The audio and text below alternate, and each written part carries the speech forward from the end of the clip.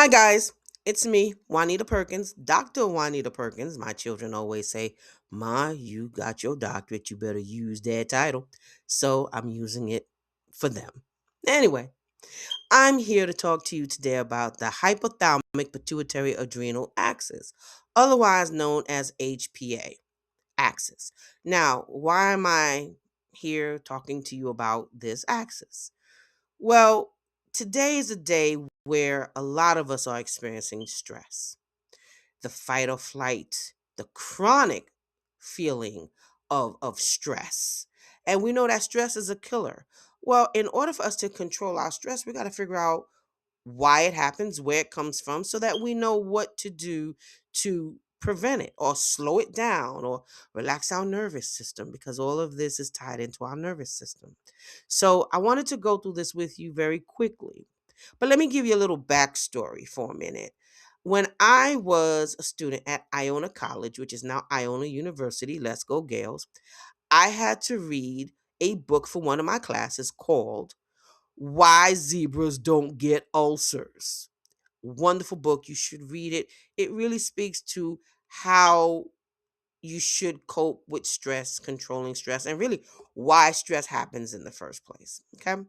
So when you look at this picture that I have up, this is why you have stress. Okay. So what happens? You have a deadline you have to meet, or you get a bill that freaks you out. And so what happens? The hypothalamus is triggered. Okay. The hypothalamus detects the brain. Well, of course it's in the brain, so it's going to detect the brain, right? But I'm just being silly. I'm trying to make something very serious, very light, but I'm just being funny. But the hypothalamus in your brain detects the stress and releases corticotropin releasing hormones, CRH. Okay, see CRH up there. I can't really point to it, but it's there. Then that triggers the pituitary gland to wake up and say, hey, we got to release a hormone called adrenal corticotropic hormone, ACTH. All these wonderful names of hormones. It's just so wonderful, isn't it? Well, that hormone talks to the adrenal glands that sit right on top of your kidneys. Note, if your adrenal glands are healthy, they are sitting nice and healthily on top of your kidneys. Adrenal glands that are impacted by excessive stress shrivel up so they don't look so healthy. Okay? Just a little aside. Well, those adrenal glands receive the ACTH and they do what?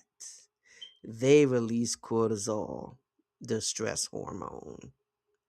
Now, why do we have this system in place? Well, it's supposed to be for stress management, right? It's supposed to mobilize energy, increase the heart rate, and focus attention to handle threats. Only to handle threats. So when we look at the fight or flight, what this system is supposed to do is say, okay, we got to get you out of the situation where you're in danger. We got to give you the energy so you can run from your danger, right? So it shunts blood and everything from all the unnecessary parts of your body to the parts that's most important for you to run away from danger. Okay. And at one point, when you have enough cortisol in your system to allow you to get away, this system is supposed to stop, right? The hypothalamus is supposed to say, okay, we got enough cortisol in the system. We can stop pushing out CRH. The problem is that when you are under constant chronic stress, this system doesn't shut off. So what happens? What are some symptoms? What are you going to see? Well, you're going to see chronic fatigue. You're going to see weight gain, insomnia, anxiety, and even memory problems. Okay? This system plays a role in depression, schizophrenia, and adrenal dysfunction. So, I'm telling you all this bad news. It's bad news. But how can we support our axis? How can we make sure that this works properly? Well, meditation helps, practicing mindfulness, healthy habits, including regular sleep, eating a healthy diet, and consistent movement. Okay? Those things help. Okay? That's why, I wanted to make this little video today to explain to you why it's hard sometimes to lose weight. When you're under a lot of stress, it's going to be extremely difficult to lose weight. And the first step is you have to give yourself grace, because by giving yourself grace, you're shutting down this axis, right? It's not going to keep pushing out CRH. It's going to stop pushing out ACTH, and it's going to therefore stop pushing out cortisol. Okay?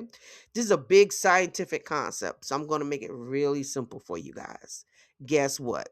The more you stress, the more you weigh. Oh, but if I get on a GLP-1, that'll help. No, it won't. No, no. There are people who don't do well on GLP-1s, and it's because they're under chronic stress. Okay? You can be doing everything right. You can be exercising. You could be, eating right and doing all the things that you're supposed to do, taking in all your protein, and you still don't lose weight. When that happens, I tell folks, you know what you need to do? You need to look at your cortisol levels. You need to look at your stress. Now, GLP-1s can help with cortisol, but if you have a lot of cortisol, it's not going to help. Can we test for cortisol? Yes, we can. There are tests available, early morning blood tests that we can draw to measure your cortisol levels. But I'm making this so that you guys know that if you fail on a GLP-1, there's a multitude of reasons why you would fail. If you're trying to lose weight and you just can't seem to lose the weight, there's a multitude of reasons why you can't lose the weight. The important thing is to not stress yourself. The most important thing you can do for yourself is reach out. Talk to your primary care provider. Talk to the person who's prescribing the GLP-1. And if you need more information, you can even speak to me. Okay? Now, if you live in North Carolina, you can see me as a patient. If you don't live in North Carolina, I have a wellness program that addresses this very problem, because at the end of the day, it's about you being well and it's about you being healthy. Food is medicine. We need to treat food as medicine so people will live their best life. So you will live your best life. Okay? This is the last aside I'm going to say, because I appreciate you guys hanging with me for this long. I am learning how to do this thing. I'm learning how to sit in front of a camera and speak to you guys just straight from the hip. Okay? So forgive me for the tripsies upsies that I do sometimes when I speak. But just know that I am here for your best interest. If you need me, I'm here. I have a 90-minute energy audit that I'm offering to people. And that energy audit speaks to this axis, okay? Because if you're under stress, you don't have the energy to do the things you need to do. Your body is not going to do what you want it or need it to do. And so these are the issues. These are the problems, right? That we need to figure out so you can live your absolute best life. Okay? All right, y'all. I'm gonna get up and see what kind of trouble my son is getting into. Cause if you need me, I am here. Okay?